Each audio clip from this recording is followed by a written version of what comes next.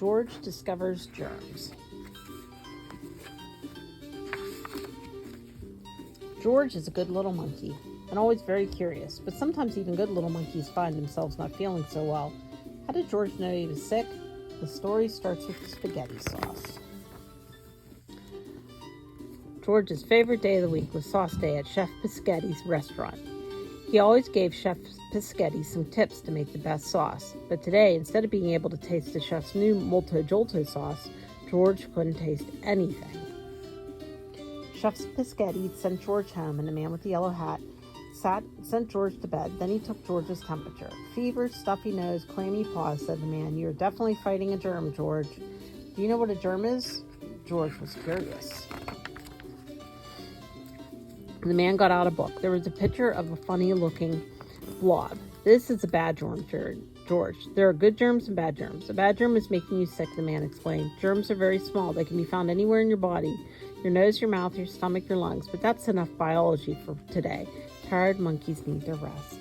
George might have been sick, but he was still curious. Where did the germs come from? And more important, how could he get rid of them? He was still wondering when he dozed off. Soon George was dreaming. In his dream, he was very small, like a germ. He and his pal Naki were going to take a trip inside George's sleeping body to fight off the bad germs.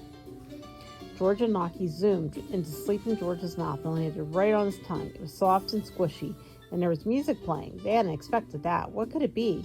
It seemed to be coming from his nose.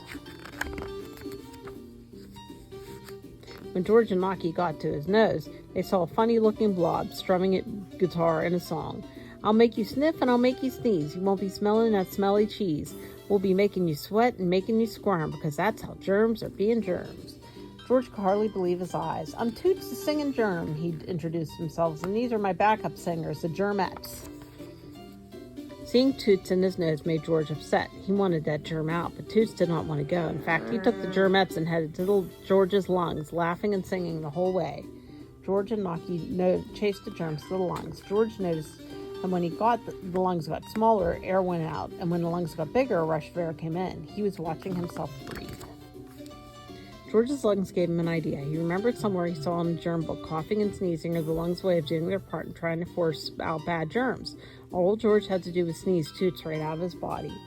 George and Naki chased Toots and the Germettes all the way to George's nose.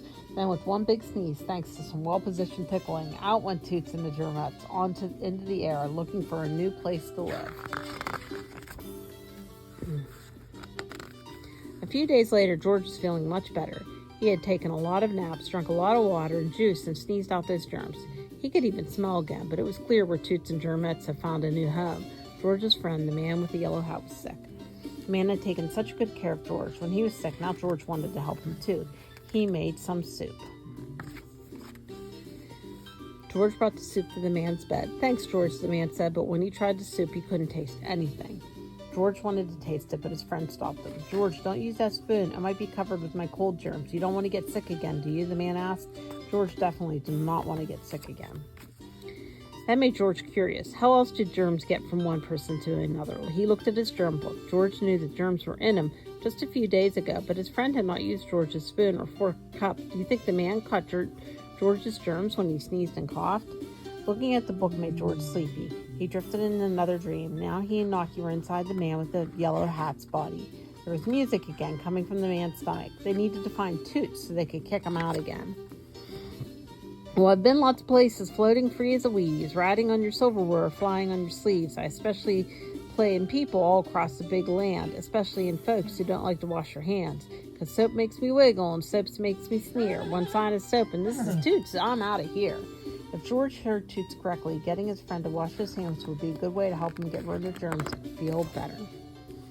But Toots and Germettes remembered George and knew they needed to get away from him. "We're off to play in another body," Toots said, and they were going to infect someone else. "Get ready to hop on that hand when he wipes his nose," yelled Toots to his Germette.